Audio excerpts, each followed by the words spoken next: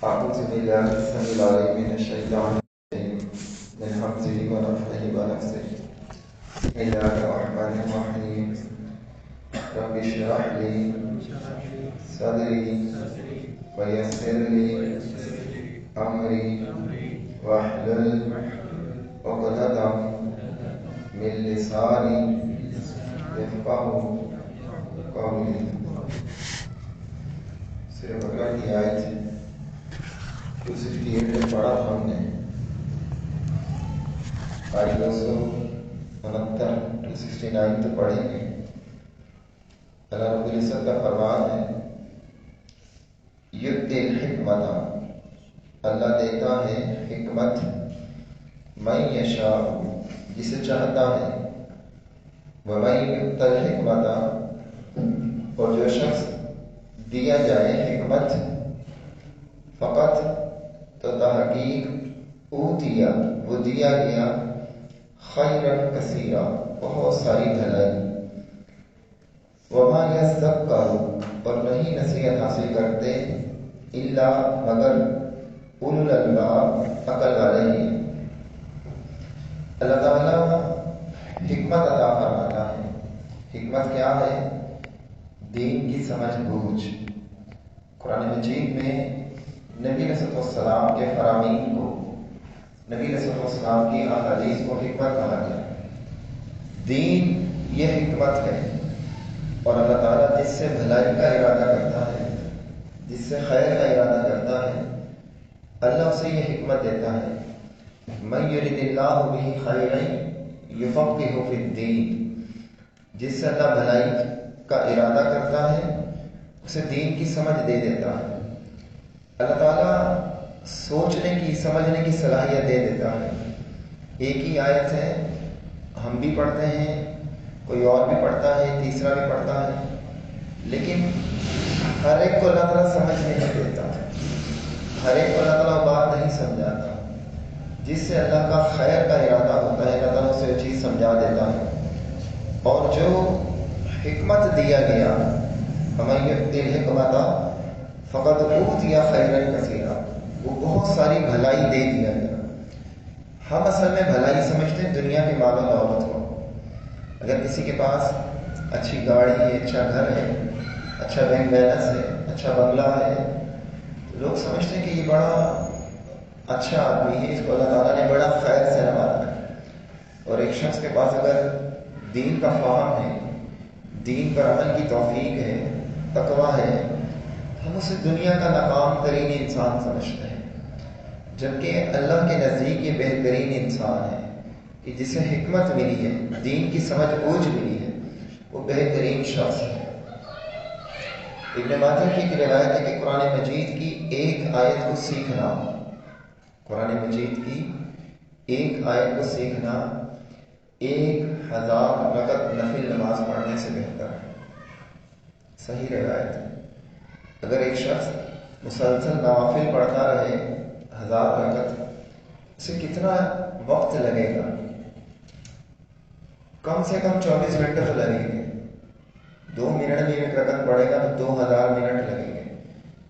اور اگر 1.5 منٹ میں بھی ایک رکعت پڑھے گا تو 1500 منٹ لگیں گے.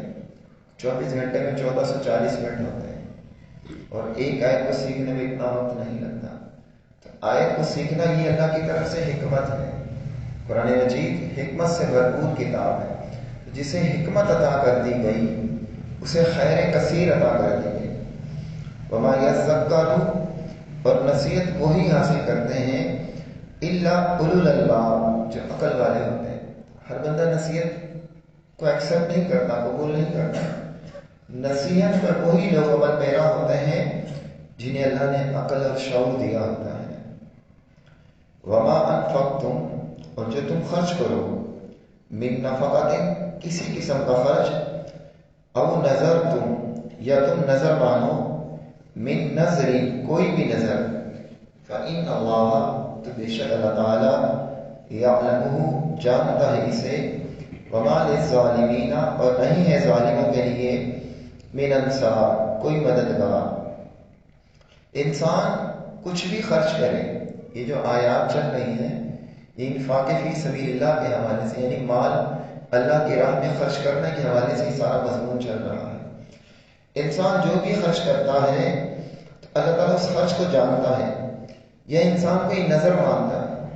نظر دو طرح کی ہوتی ہے، ایک ہوتی ہے مشروط نظر یہ ہوتی ہے، مثلا کوئی شخص یہ کہے کہ اگر اللہ نے میرا یہ کام کر دیا تو میں اتنے غریبوں کو کھانا کھلاؤں گا، یہ مشروط نظر ہے کہ میرا یہ کام ہو گیا تو میں کھانا کھلاؤں گا، اگر نہیں ہوا تو نہیں کھلاؤں گا۔ ایسی نظر ماننا شریعت میں پسند نہیں کیا گیا۔ نبی علیہ السلام نے فرمایا کہ نظر کوئی کام نہیں کرواتی، بخیل کی جیب سے پیسہ نکالتی ہے بس۔ اب وہ ویسے تو غریبوں کو نہیں کھلا رہا تھا، لیکن اس نے نظر مان لی کہ میرا یہ کام ہو گیا تو میں کھلاؤں گا۔ اگر کوئی ایسی نظر مان لیتا ہے تو نظر کی وجہ سے کام نہیں ہوتا، ہمیں شریعت نے بات بتلا دی۔ لیکن اگر وہ نظر گناہ کی نہیں تھی تو اس نظر کو پورا کرنا چاہیے۔ اگر وہ نظر گناہ کی ہے، مثلا کسی نے کہا کہ میں فلاں قبر میں چادر چڑھاؤں گا، اب یہ تو شرک ہے، یہ نظر تو شرک ہے۔ اگر اس کا کام ہو جاتا ہے تو اسے اگر سمجھایا جائے تو اسے یہ نظر پوری نہیں کرنی چاہیے، یہ شرک کیا نظر، گناہ والی نظر کو پورا نہیں کرنا چاہیے۔ نظر کی یہ قسم انسان کا کوئی کام نہیں نکلواتی، صرف بخیل کی جیب سے پیسہ نکالتی۔ نظر کی دوسری قسم ہے، وہ قسم کیا ہے کہ بغیر کسی شرط کے انسان نظر مان لے۔ مثلا جیسے سیدنا عمر رضی اللہ تعالیٰ عنہ نے نظر مانی تھی کہ میں مسجد حرام میں ایک دن کا اعتکاف کروں گا، اسے بخاری کی روایت، کوئی شرط نہیں تھی کہ میرا یہ کام ہو یا کسی کام کی شرط ہو، کہا کہ ایک دن کا اعتکاف کروں گا۔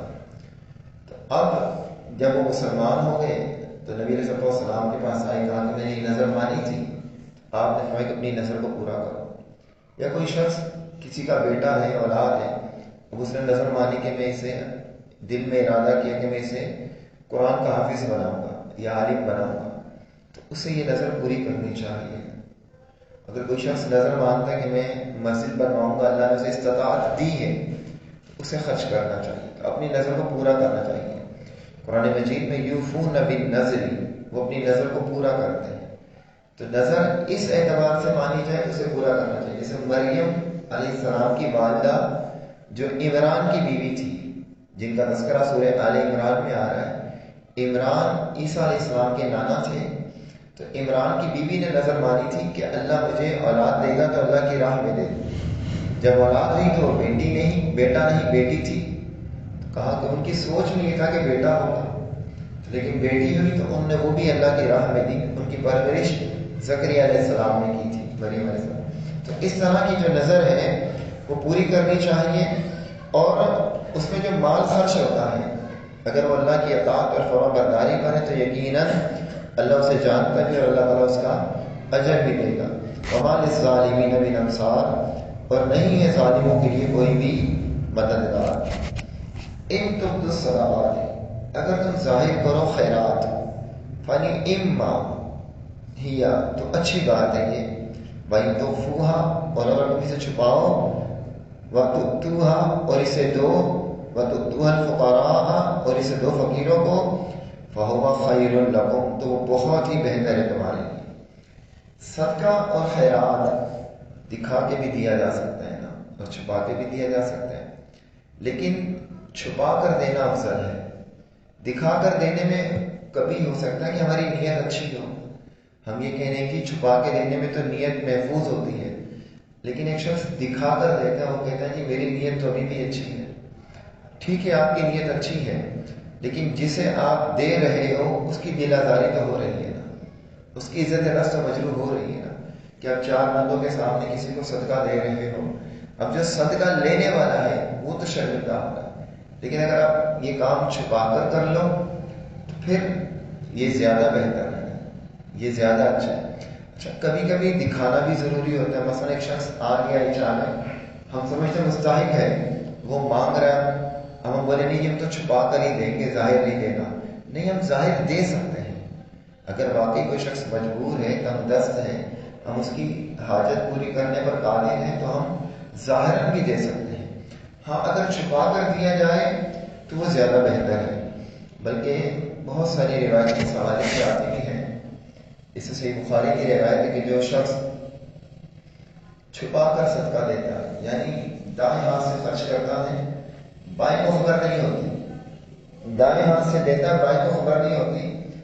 معنی اور مطلب یہ کہ جیسے ایک ہاتھ دوسرے ہاتھ کے برابر ہے، ایک ہاتھ سے خرچ کیا دوسرے ہاتھ کو پتہ نہیں چلا. تو ایک شخص مال خرچ کرتا ہے تو دوسرے کو پتہ نہیں چلتا. دوسرا کون ہو سکتا ہے؟ ہماری بیوی ہو سکتی ہے، بیوی کا شوہر ہو سکتا ہے، دوست ہو سکتا ہے، بھائی ہو سکتا ہے. یہ دونوں ایک ساتھ ہوتے ہیں نا. شوہر نے خرچ کیا لیکن بیوی کو نہیں بتایا، دوست نے خرچ کیا دوست کو نہیں بتایا، بھائی نے خرچ کیا بھائی کو نہیں بتایا. اتنا پوشیدہ صدقہ کیا کہ کسی کو کانوں کان خبر نہیں ہوئی، صرف اس کو اور اللہ کو پتا ہے، کسی تیسرے کو پتہ ہی نہیں ہے. تو اللہ تعالیٰ ایسے صدقے کی بڑی قدر کرتا ہے. نبی صلی اللہ علیہ وسلم کی حدیث سے بخاری کی کہ قیامت والے دن اللہ کے عرش کے سائے کے سوا کوئی سائے نہیں ہوگا، اور اس عرش کے سائے کے لیے 7 قسم کے فرار ہوں گے. ان 7 میں ایک شخص وہ ہوگا جس نے دائیں ہاتھ سے خرچ کیا لیکن بائیں ہاتھ کو خبر نہ ہوئی کہ اس نے کیا خرچ کیا، اتنا پوشیدہ خرچ کیا. وہ 7 افراد کون ہیں؟ امام العادل، عدل کرنے والا حکمران. دوسرا وہ نوجوان جس نے اپنی جوانی اللہ کی عبادت میں گزاری. تیسرا وہ شخص جس کا دل مسجد کے ساتھ معلق رہتا ہے، جڑا رہتا ہے. چوتھے وہ 2 شخص جو اللہ کے لیے محبت کرتے ہیں، اللہ کے لیے ملتے ہیں اور اللہ کے لیے جدا ہوتے ہیں. 5واں وہ شخص جسے کوئی عورت برائی کی دعوت دے اور وہ یہ کہہ کر رد کر دے کہ مجھے اللہ سے ڈر لگتا ہے. 6واں وہ شخص جو تنہائی میں، خلوت میں، اکیلے میں اللہ کو یاد کرتا ہے، اللہ کی نعمتوں کو یاد کرتا ہے، تو اس کی آنکھوں میں آنسو آ جاتے ہیں، اس کی آنکھیں بھیگ جاتی ہیں.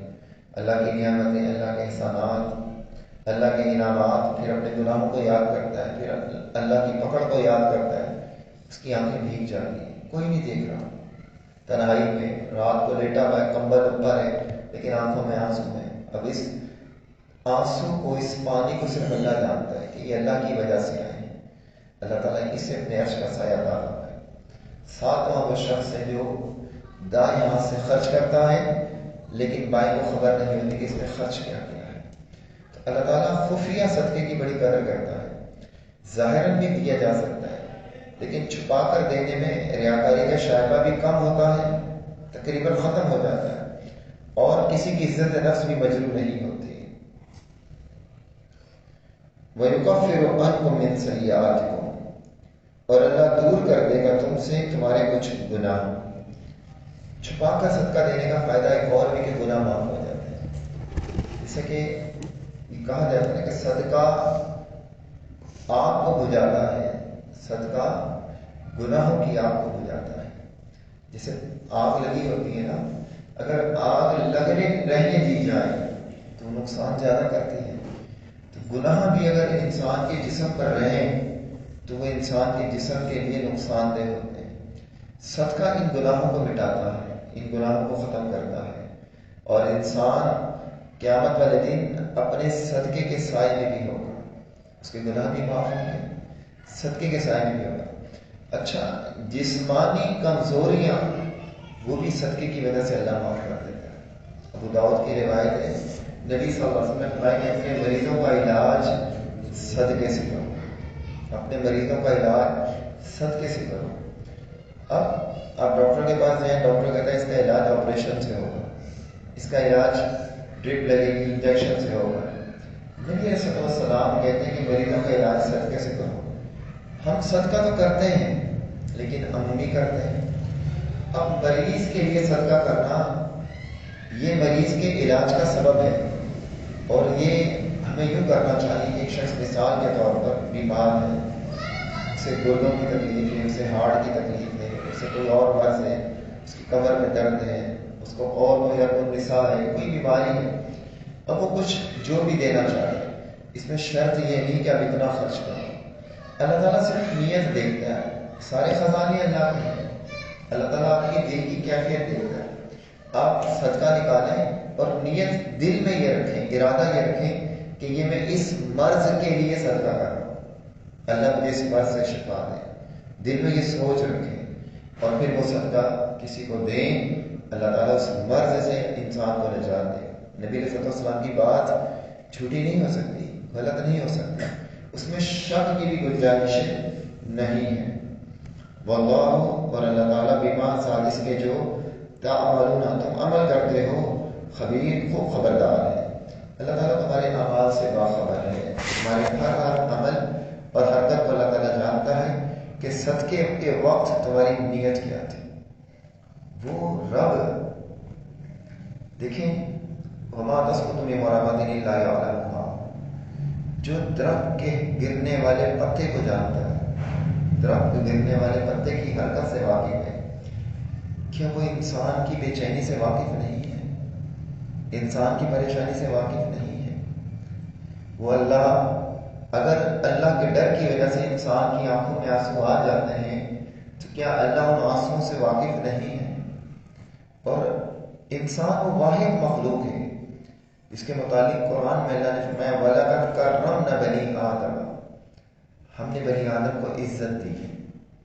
جس مخلوق کو اللہ نے عزت دار بنایا ہے، کیا اللہ تعالیٰ اس کے افعال سے باخبر نہیں ہے؟ یقیناً وَاللَّهُ بِمَا تَعْمَلُونَ خَبِيرٌ، اللہ تعالیٰ انسان کے تمام اعمال سے باخبر ہے. اللہ تعالیٰ ایک ایک عمل کو جانتا ہے. ہم ابھی پچھلے دنوں پڑھ رہے تھے کہ فقد استمسك بالعروة الوثقى، جو اللہ کے سہارے کو تھامتا ہے وہ سب سے مضبوط سہارا تھامتا ہے. جب آپ اللہ والے بن جائیں گے نا، آپ کو دنیا کی کسی چیز کی پرواہ نہیں ہوگی. کام ہے ٹھیک ہے الحمدللہ، کام میں پریشانی آ گئی تب بھی آپ کی زبان پہ الحمدللہ ہوگا. صحت ہے الحمدللہ، اگر بیماری آ گئی تب بھی آپ کی زبان پہ الحمدللہ ہوگا. ایک عجیب سے سکون کی کیفیت ہوتی ہے، راحت کی کیفیت ہوتی ہے جو ہر ایک کو نصیب نہیں ہوتی.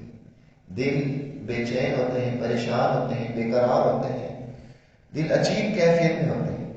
لیکن جو دل اللہ کے ساتھ جڑ جاتا ہے، اللہ کے ساتھ تعلق قائم کر لیتا ہے، الا بذکر اللہ تطمئن القلوب، اللہ ان دلوں کو اطمینان دیتا ہے. اللہ تعالیٰ ہمارے افعال اور اعمال اور کردار سے پوری طرح باخبر ہے. لیس علیک ھداھم، نہیں ہے آپ پر ان کو ہدایت دینا، ولکن اللہ یہدی من یشاء، لیکن اللہ ہدایت دیتا ہے جسے چاہتا ہے. بات تو صدقات کی ہو رہی تھی، مال خرچ کرنے کی ہو رہی تھی، یہ بیچ میں ہدایت کی بات کہاں سے آ گئی؟ مسئلہ یہ تھا کہ جب صحابہ مسلمان ہوئے، ایمان لے کر آئے، ان کے کچھ رشتہ دار تھے جو کافر تھے، مشرک تھے، ایمان نہیں لائے تھے. اب وہ تنگ دست بھی تھے، پریشان بھی تھے، مالی طور پر پریشان بھی تھے. اب یہ انہیں پہلے جیسے صدقہ دیتے تھے، مال خرچ کرتے تھے، اب جب اسلام لیا تو انہوں نے ان پر مال خرچ کرنا بند کر دیا کہ یہ مسلمان نہیں ہے. یہ مسئلہ میں بات کو روک کر یہ مسئلہ آپ کو بتا دوں کہ زکوٰۃ کسی کافر کو نہیں دی جا سکتی. زکوٰۃ کا مال کسی کافر کو نہیں دیا جا سکتا. ہاں اس کافر کو دیا جا سکتا ہے جو اسلام میں دلچسپی رکھتا ہو، جو اسلام کو سنتا ہے، اسلام کے قریب آ رہا ہے اور آپ سمجھتے ہیں کہ اسلام قبول کر لے گا. اب وہ پریشان ہے تو زکوٰۃ سے بھی اس کی مدد کی جا سکتی ہے. والمؤلفۃ قلوبہم، سورہ توبہ کی آیت نمبر 60 میں یہ بات موجود ہے کہ دل جوئی کے لیے بھی زکوٰۃ دی جا سکتی ہے. ویسے عام کافر کو نہیں دی جا سکتی. لیکن صدقات، نفلی صدقات جو ہوتے ہیں، کوئی کرسچن ہے، عیسائی ہے، یہودی ہے، ہندو ہے، پارسی ہے، کسی بھی مذہب کا ہے، سکھ ہے، اگر وہ تنگ دست ہے، پریشان ہے، آپ اسے کچھ دے دیتے ہیں، اس کی مالی معاونت کر دیتے ہیں، مالی مدد کر دیتے ہیں، تو آپ کو صدقے کا اجر ملے گا. آپ غیر مذہب کو صدقہ دے سکتے ہیں. ابن ابی شیبہ کی روایت بھی موجود ہے، غیر مذہب کو، غیر مسلم کو صدقہ دیا جا سکتا ہے، ہاں زکوٰۃ نہیں دی جائے گی. اب وہ لوگ کافر تھے، اسلام سے دور تھے، اب انہوں نے صدقہ دینا بڑا کر دیا. اللہ نے فرمایا کہ لیس علیک ھداھم ولکن اللہ یہدی من یشاء، آپ کا کام کسی کو ہدایت دینا نہیں ہے. آپ دعوت دے سکتے ہیں، سمجھا سکتے ہیں، بتا سکتے ہیں، ہدایت دینا تو اللہ کا کام ہے. دیکھیں نا، اللہ تعالیٰ تو سب کا رب ہے نا، دنیا میں سب کو چلا رہا ہے، سب کو پال رہا ہے، سب کو کھلا رہا ہے. جو نافرمان ہے، باغی ہے، سرکش ہے، انہیں بھی اللہ دے رہا ہے. آگے فرمائے کہ وما تنفق من خیر، اور جو تم خرچ کرو من خیر مال میں سے، فلانفسکم وہ تمہارے نفسوں ہی کے لیے فائدہ ہے، تم جو خرچ کرو گے وہ تمہیں فائدہ دے گا۔ صحیح بخاری کی روایت ہے کہ ایک شخص نکلا صدقہ دے کر اور اس نے رات ایک زانیہ عورت کو دے دیا، پھر صبح پتہ چلا کہ اس نے تو زانیہ کو دے دیا تھا، اس نے بولا دوبارہ دوں گا۔ دوسری رات نکلا تو چور کو دے دیا، پھر صبح پتہ چلا کہ چور کو کوئی صدقہ دے گیا، اس نے کہا پھر دوں گا۔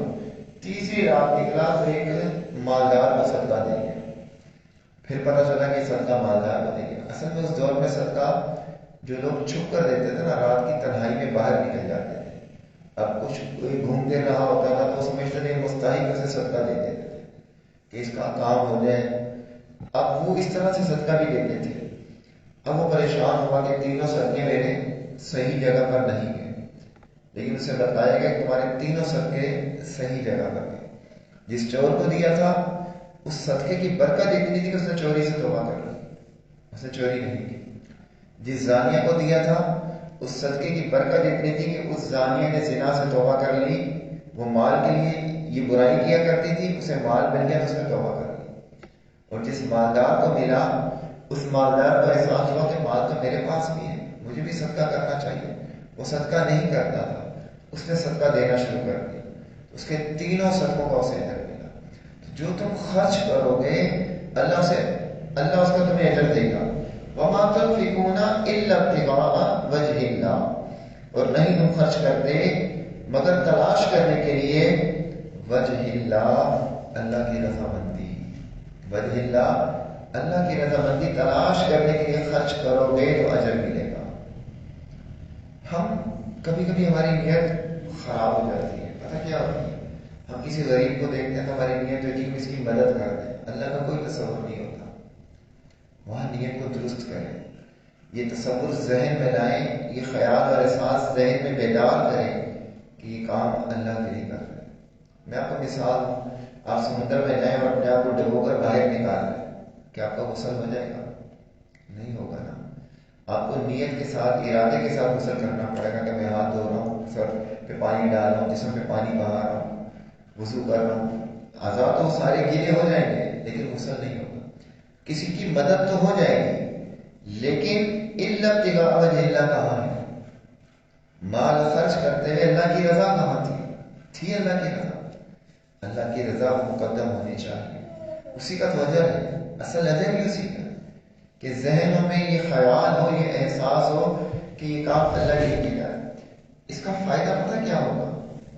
وہ سکون اور روحانیت جو اللہ تعالیٰ آپ کو عطا فرمائے گا کہ آپ اللہ کے لیے کام کر رہے ہیں، اس کا کوئی مقابلہ نہیں۔ مثلا کوئی مہمان آپ کے گھر آتا ہے، آپ اس کی دعوت کرتے ہیں، اب مہمان اتنے سارے کھانے دیکھ کر آپ کے بارے میں کیا رائے قائم کرتا ہے کہ اس نے میری عزت کی نا، آپ نے مہمان کے لیے سب کچھ کیا نا۔ تو جب آپ اللہ کے لیے کچھ کر رہے ہیں تو کیا اللہ آپ کی قدر نہیں کرے گا؟ وَقَانَ اللَّهُ شَاكِرًا عَلِيمًا، اللہ فرماتا ہے کہ اللہ بڑا قدردان ہے، اللہ بہت قدر کرتا ہے، لیکن کام اللہ کے لیے ہو۔ اسی وجہ سے حدیث میں آتا ہے کہ ایک نوالا جو اللہ کی رضا کے لیے خرچ کیا جاتا ہے، ایک نوالے سے پیٹ نہیں بھرتا، آپ نے دے دیا اس کا پیٹ سے نہیں بھرا، لیکن آپ کی نیت لوجہ اللہ تھی کہ اللہ راضی ہو جائے۔ نبی علیہ السلام فرماتے ہیں کہ اللہ اسے اپنے دانے ہاتھ میں لیتا ہے اور اس کی پرورش کرتا ہے، پالتا ہے اسے، جیسے تم میں سے کوئی اپنے جانور کے بچے کو پالتا ہے۔ اللہ تعالیٰ اس نوالے کو بہت پہاڑ کے برابر کر دیتا ہے، پہاڑ کی مانند کر دیتا ہے۔ اللہ کی رضا کی خاطر، اللہ کی رضامندی کی خاطر، اللہ کو خوش کرنے کے لیے خرچ کرنا یہ سعادت کی بات ہے۔ وَمَا تُنْفِقُ مِنْ خَيْرٍ، اور جو تم خرچ کرو گے، اب آگے ہمارے فائدے کی بات ہے، جو تم خرچ کرو گے من خیر، مال سے۔ اچھا، قرآن مجید میں تقریباً اکثر مقامات پر مال کو خیر کہا گیا، جہاں بھی لفظ خیر آئے نا ترجمہ مال کیا جائے۔ وما تنفقوا من خیر، تم جو خرچ کرو گے خیر میں سے، مال میں سے، یوفی الیکم، وہ پورا پورا دیا جائے گا تمہیں، اللہ تعالیٰ تمہیں لوٹائے گا، واپس بھی کرے گا۔ یہ ہے اللہ کا احسان کہ آپ اللہ کی راہ میں دے رہے ہیں، اللہ اس کو قرض کہہ رہا ہے، اللہ اسے واپس کرے گا۔ اب بتاؤ، وَمَنْ أَصْدَقُ مِنَ اللَّهِ قِيلًا، اللہ سے بڑا کوئی سچا ہے؟ إِنَّ اللَّهَ لَا يُخْلِفُ الْمِيعَادَ، اللہ اپنی بات کے خلاف نہیں کرتا، اللہ اپنی بات کے خلاف نہیں کرتا، اور اللہ سے بڑا کوئی سچا بھی نہیں۔ اللہ ہمارا یوفا الیکم، وہ تمہیں پورا پورا لٹایا جائے گا، وَأَنْتُمْ لَا تُظْلَمُونَ، اور تم نہیں ظلم کیے جاؤ گے، تمہارے اوپر ظلم نہیں ہوگا۔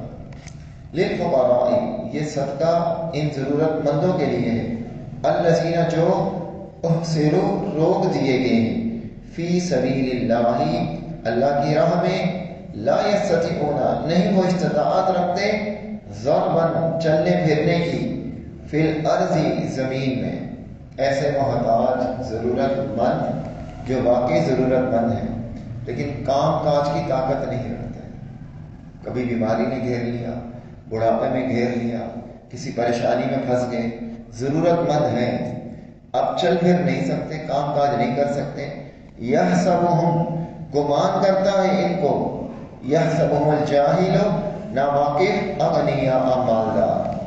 اب جو ناسمجھ بنتا ہے اس کے لباس سے، اس کی جوتی سے، اس کے رہن سہن سے سمجھتا ہے کہ یہ تو بڑا مالدار ہے، جسے ہمارے معاشرے میں سفید پوش کہتے ہیں۔ دیکھنے میں وہ فقیر نہیں لگتا لیکن وہ مانگتا بھی نہیں، سوال بھی نہیں کرتا، اس کے کپڑے بھی اچھے ہوتے ہیں، لباس بھی اچھا ہوتا ہے، اس خاموش طبیعت ہوتی ہے، آپ سمجھتے ہیں اس کو صدقہ دینے کا کیا فائدہ ہے، تو اتنا ٹھیک ٹھاک ہے، لیکن ہمیں پتہ ہے کہ اس کی آمدن اتنی نہیں ہے، اس کی تنخواہ اتنی نہیں ہے، اس کے مسائل اتنے نہیں ہیں، یہ بیچارہ بڑی تنگ دستی سے خرچ کر رہا ہے۔ جاہل قسم کے لوگ، ناواقف قسم کے لوگ انہیں غنی سمجھتے ہیں کہ ان کے پاس تو بڑا مال ہے۔ میرا تعفف، ان کے عدم سوال کی وجہ سے، سوال نہ کرنے کی وجہ سے لوگ انہیں مالدار سمجھتے ہیں۔ ہمارے یہاں کانسیپٹ یہ بنا ہے لوگوں کا کہ کوئی مانگے گا تو ہم دیں گے، یہ بڑا عجیب مسئلہ ہے، ایسا نہیں ہونا چاہیے۔ آپ اپنے رشتہ داروں میں تلاش کریں، اپنے خاندان میں تلاش کریں، اور خاندان کا پتہ ہوتا ہے، کم از کم 80% تو پتہ ہوتا ہے نا کہ کس کی کتنے آمدنی، کیا مسائل ہیں، کیا کاروبار ہے، یا ملازم پیشہ ہے، بچے ہیں، گھر ہے، بیماری ہے، بچوں کی تعلیمی اخراجات ہیں، ابھی بیچارہ پورا کر نہیں پا رہا، پتہ نہیں کس طرح تنگی میں زندگی گزار رہا ہے، لیکن مانگتا نہیں ہے، اور ہم ڈھیڑ بنے ہوتے ہیں، کہتے ہیں مانگے گا تو دیں گے، ویسے دینا نہیں ہے نہیں۔ فرمایا تعریفہم، آپ پہچان لیں گے انہیں، بسیماہم، ان کے چہرے کی علامت سے، آپ انہیں پہچان لو گے۔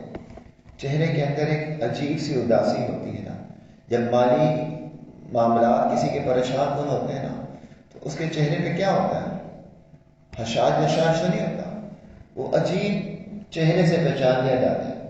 یہاں ایک چیز اور سمجھ میں آنے والی ہے نا کہ کچھ ہم یہ کہتے ہیں نا چہرہ شناس، چہرہ پہچاننے والا، کچھ لوگ ایسے ہوتے ہیں جو چہرہ پہچانتے ہیں۔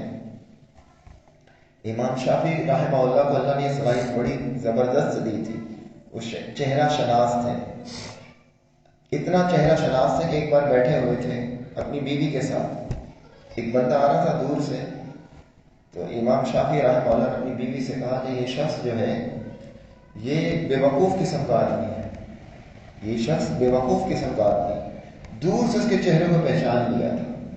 اب وہ جب قریب آئے نا، اس نے سوال جو کیا تو سوال کرنے سے ہی پتہ چل گیا کہ یہ بے وقوف۔ اس نے پوچھا کہ آپ دونوں میں امام شافعی کون؟ اتنا بے وقوف تھا کہ ایک تو ان کی بیوی ہے نا، وہ تو امام شافعی ہو ہی نہیں سکتی۔ اب اللہ تعالیٰ نے صلاحیت کچھ لوگوں کو دی ہوتی کہ وہ چہرہ پہچان لیتے ہیں، تو آس پاس کے لوگوں کا چہرہ پہچاننے کی کون ضرورت مند ہے، کون حاجت مند ہے، تاکہ اس کی مدد کی جائے۔ یہ نہیں کہ اس کو رسوا کیا جائے کہ میں نے فلاں کو دیکھا بڑا پریشان لگ رہا تھا، ڈھنڈورا نہیں پیٹنا چاہیے، بلکہ اس کی مدد کی جائے۔ لا يسألون الناس الحافا، یہ نشانی اللہ ان کی بتا رہا ہے۔ کیا نشانی بتا رہا ہے؟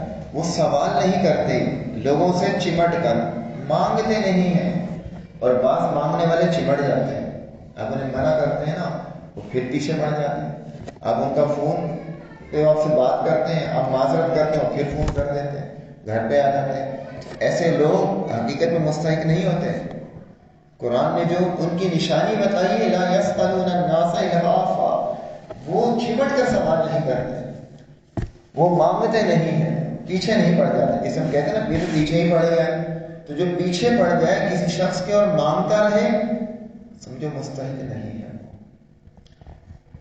وما تنفق من خیر، اور جو تم خرچ کرو گے من خیر مال میں سے، فإن اللہ، تو بلا شبہ اللہ تعالیٰ بہ علیم، اس کو خوب جاننے والا ہے. تم جو بھی خرچ کرو گے اللہ اسے خوب جانتا ہے. اب اس پوری گفتگو کا خلاصہ بیان ہو رہا ہے اس آیت میں. فرمایا الذین ینفقون، وہ لوگ جو خرچ کرتے ہیں، اموالہم، اپنے مال، باللیل والنہار، دن میں اور رات میں. جو مال خرچ کرتے ہیں دن رات خرچ کرتے ہیں، اس لیے آیتوں میں مال خرچ کرنے کی ترغیب دلائی گئی نا.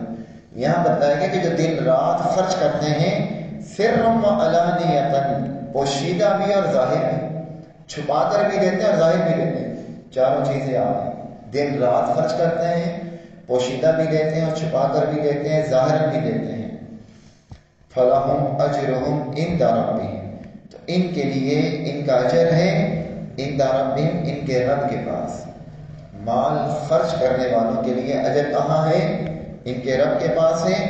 وَلَا خَوْفٌ عَلَيْهِمْ، اور نہ کوئی خوف ہوگا ان پر. اللہ تعالیٰ دنیا کے خوف بھی اٹھا دیتا ہے، لیکن اصل آخرت میں کوئی خوف نہیں ہوگا. آخرت میں اللہ بالکل بے خوف کر دے گا. آخرت کا خوف بڑا بھاری ہے، وہ انسان کی برداشت سے باہر ہے، لیکن اللہ کچھ لوگوں کو وہ خوف نہیں دے گا. اور جو دنیا میں اللہ سے خوف میں رہا ہوگا اسے آخرت میں کوئی خوف نہیں ہوگا. وَلَا خَوْفٌ عَلَيْهِمْ، اور نہ کوئی خوف ہوگا ان پر. وَلَا هُمْ يَحْزَنُونَ، اور نہ وہ غمگین ہوں گے، کوئی غم بھی نہیں ہوگا کہ مال خرچ کرنے کا جو اجر و حساب، اجر و ثواب انہیں مل رہا ہے، انہیں اندازہ ہوگا کہ ہم گھاٹے میں نہیں ہیں، ہم نقصان میں نہیں ہیں، ہمیں اللہ تعالیٰ نے بہت زیادہ اجر دے دیا. اور مسند احمد کی روایت ہے نبی علیہ السلام نے فرمایا کہ جب اللہ تعالیٰ نے پہاڑوں کو بنایا تھا تو فرشتوں نے پوچھا تھا اللہ سے سوال. نبی علیہ السلام نے پوچھا، رسول اللہ صلی اللہ علیہ وسلم سے پوچھا صحابہ نے کہ پہاڑوں سے بھی سخت کوئی چیز ہے؟ تو آپ نے فرمایا کہ ہاں لوہا ہے، وہ پہاڑوں کو توڑ دیتا ہے. لوہے سے سخت؟ فرمایا آگ ہے، وہ لوہے کو جلا دیتی ہے. آگ سے سخت؟ فرمایا پانی ہے، وہ آگ کو بجھا دیتا ہے. پانی سے سخت؟ فرمایا پانی سے سخت ہوا ہے، جو بادلوں کی صورت میں پانی کو لے کے چلتی ہے. پوچھا ہوا سے بھی سخت کوئی چیز ہے؟ فرمایا صدقہ ہے، جو اللہ کے غصے اور غضب کو ٹھنڈا کرتا ہے. اللہ کو غصہ کب آتا ہے؟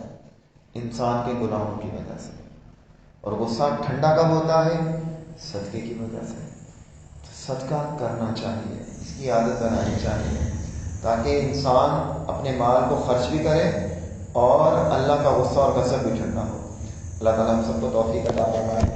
یہ بات یا سوال ہے جو پوچھ لیں. یہ مضمون الحمدللہ یہاں جو چل رہا تھا مکمل ہوا. کل انشاءاللہ سود کے حوالے سے جو آیات ہیں سورہ بقرہ میں وہ آئیں گی، اور اس کے بعد انشاءاللہ جمعرات کو ہماری سورہ بقرہ مکمل ہو جائے گی. اللہ نے چاہا کہ انشاءاللہ سورہ بقرہ مکمل ہو جائے گی. ہم چاہتے ہیں کہ تھوڑا بہت امتحان لیا جائے، چیک کیا جائے کہ کیا سیکھا ہے، کچھ سمجھ میں بھی آیا یا نہیں آیا.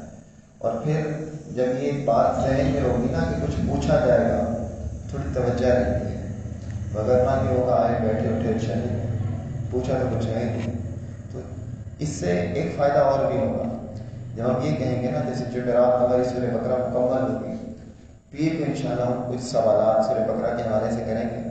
اس کا فائدہ بھی ہوگا کہ جب 3 دن آپ کو ملیں گے نا، آپ اس میں ترجمہ بھی پڑھ جائیں گے نا تو آپ کو یاد دہانی ہو جائے گی کہ آپ نے کیا پڑھا تھا. تو ریپیٹ کرنے کے لیے بھی امتحان ضروری ہوتا ہے. امتحان نہ ہو تو پھر انسان پڑھتا بھی نہیں، سمجھتا بھی نہیں. اور امتحان عزت بڑھانے کے لیے بھی ضروری ہوتا ہے. اللہ تعالیٰ نے ابراہیم علیہ السلام کو کتنے امتحانوں سے گزارا، اور امتحانوں سے گزارنے کے بعد پھر انہیں عزت ملتی گئی. تو انشاءاللہ تعالیٰ اللہ نے چاہا تو جمعرات میں مکمل ہو جائے گی. اللہ تعالیٰ ہمیں عمل کی توفیق دے. کوئی بات یا سوال ذہن میں ہے تو پوچھ.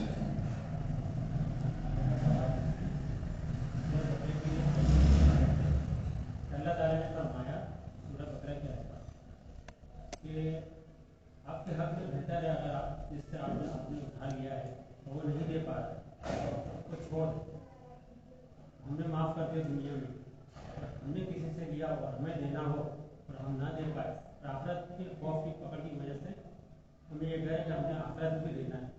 تو آخرت کا مطلب کیا ہمارے ساتھ ہوگا کہ کام کے ہمیں دنیا میں 4 لوگوں کو دینا تھا، وہ ہم نے ان کو معاف کر دیا دنیا میں. اللہ ہمارا ہمارے ہاتھ ہے. دیکھیں اگر ہم نے کسی سے قرض لینا ہے اور وہ دینے کی پوزیشن پہ نہیں ہے، ہم اسے معاف کر دیتے تو یہ ہمارے لیے اجر کا باعث ہے. احادیث سے یہ بات پتہ چلتی ہے کہ قرض کو معاف کرنا باعث ہے. دوسری صورت ہے کہ ہم نے قرض دینا ہے، اب ہم دے نہیں پائے.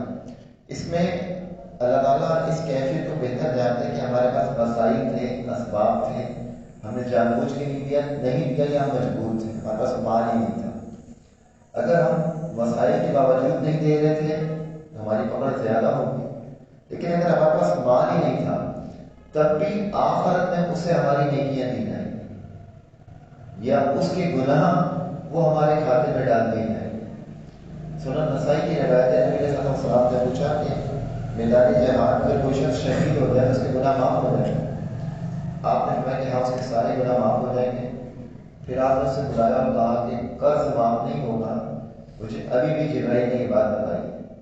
تو رسول اللہ صلی اللہ علیہ وسلم قرض سے پناہ مانگا کرتے تھے، اسی وجہ سے کہ جب انسان وعدہ کرتا ہے تو دے نہیں پاتا اور بسا اوقات اسے جھوٹ بھی بولنا پڑتا ہے. تو اگر کسی پر قرض ہے تو شریعت سے ایک دعا بھی بتائی کہ وہ یہ دعا پڑھ لے. اگر اس پر پہاڑ کے برابر بھی قرض ہوگا تو اللہ تعالیٰ اسے معاف کر دے گا. اللہم اکفنی بحلالک عن حرامک واغننی بفضلک عمن سواک. سبحانک اللہم وبحمدک اشہد ان لا الہ الا انت استغفرک واتوب الیک.